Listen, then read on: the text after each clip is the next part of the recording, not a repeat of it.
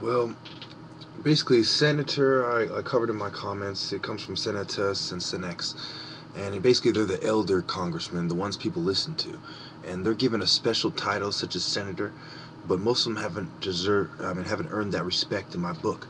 But speaking of elders, we'll talk about the elders, and we'll talk about their ancestors, the druids.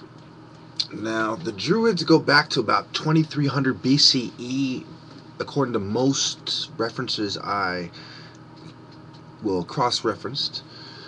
I'm not an expert on the druids, but I know that their center at one point was supposedly in Gaul, and there was chief druid. They were a secret society. They had a priesthood. They studied science and astrology and astronomy and astrotheology is the subjects that would encompass what they believed in and what the practices entailed.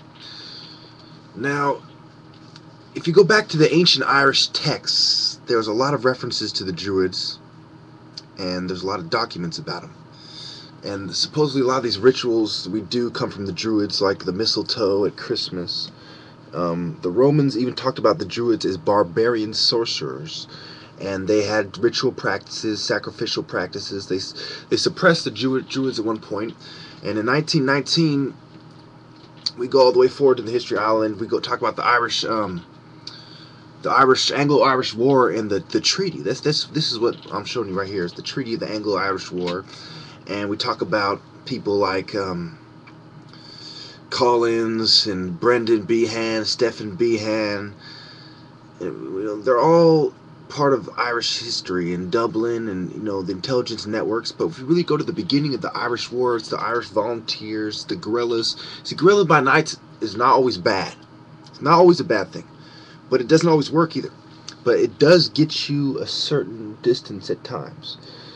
There was Nigerian guerrillas, there was Irish guerrillas in Ireland in 1919 and 1921, and they had their conscription crisis in 1918. So there was a lot of problems with, the ranks of the IRA falling from about 14,500 to about 4,000, went from 5,000 guns to about 800. So they had problems. And there was a lot of burned documents and a lot of rumors going around, and there was a lot of squads like the 12 apostles, and so basically it's the same thing. They have problems with police, they have problems with the army, they have problems with the English colonists.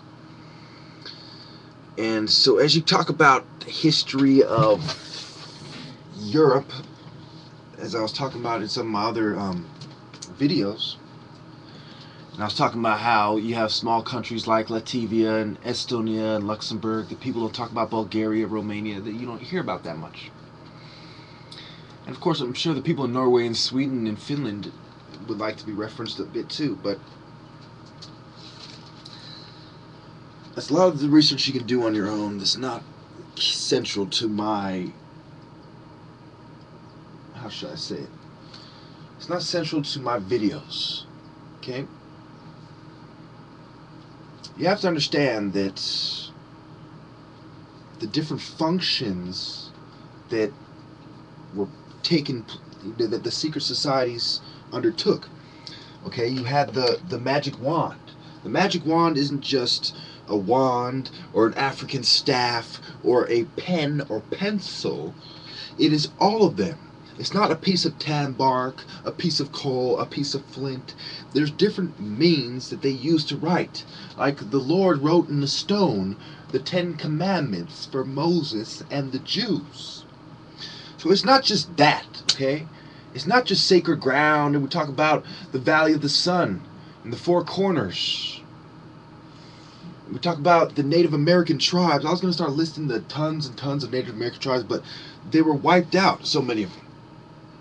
And again, it has to do with what I'm talking about, but it's another subject in its own as well. If I was going to say, okay, let's talk about the Arawak tribe, or, that is a subject best talked about by them. So what I'm talking about is the migrations of people and the relevant history to secret societies, the bankers, the Illuminati. Okay, it wasn't the Native Americans who were extorting everybody. That's why I don't speak on them. It wasn't the Indians who was extorting everybody. That's why I don't go into detail about the castes and the cultures and the food and all this stuff, how they like curry and spicy food. No, no, no.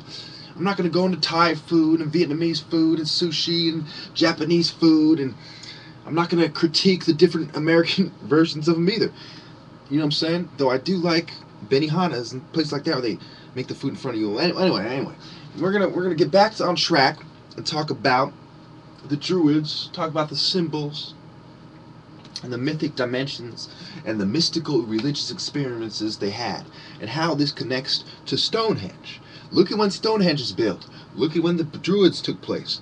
Who were the Stonehenge? They were the pagan barbarian rabble. Who were the druids? The pagan barbarian rabble. The Welsh texts. Okay, understand how Scotland and the symbols they wear and the attire they wear, how that relates to the Egyptians. But they are not the ancient Egyptians, but they are very closely connected as far as religious practices and rituals. Based on the migration of people and the contact of people, I believe that two things. One, that Moses knew a way across the Red Sea that no one else did. And two, that the Asians knew how to get across the land bridge and how to take boats across, and they've been going across for quite some time. Especially the small ethnic peoples, ethnic tribal peoples of the area. When we're talking about Asia, okay, we're talking about Korea, we're talking about and the people of Russia right there by Alaska, the Asiatic kind of people, the Euro-Asiatic kind of people you find there. And a long time ago, they were dark-skinned Afro-Asiatic people that migrated through Iran, through Kazakhstan, through China, through India, all those directions, all the way up, we're talking about northeast, all the way up until they crossed that land bridge right there. So, what are we talking about here? We are talking about peace treaties between the English and the Chinese, the English and the Indians, English and America, English and the Nigerians, English and the Irish, the English and the Scottish, and so on and so forth. The English and the Germans. Oh, peace treaty, peace treaty. We'll take an inch, beat up a few of you rabble, and call it a day, eh? First we send the troops, and then we send the whiskey, and then we deploy more troops and hit them with whiskey as well as good old-fashioned musket rounds. Cannon fire as well, of course, oh, but of course. For the king? No, not for the king. For Lord Rothschild, of course. Oh, of course, but of course. The rabble. We are gonna mistreat the rabble, then teach them to turn the other cheek. Turn the other cheek, boy. And accept our version of history as well. Romans 13. Romans 13.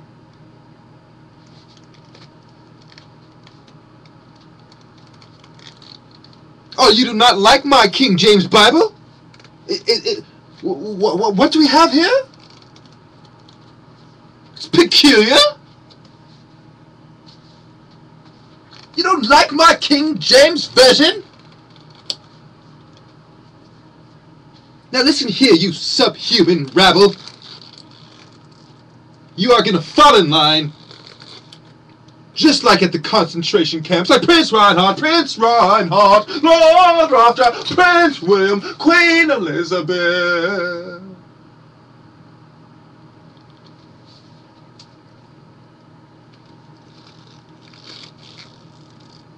You thought Marie Antoinette was bad.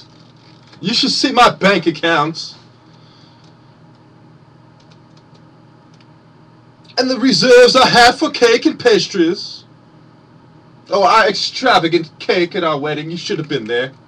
You should have been there. It was charming. It was dazzling. It was flamboyant. It was bucolic, even. It was worthy of a British prince of Teuton and Saxon descent. in our German Neanderthal ancestors makes us superior to you pathetic Negroid rabble.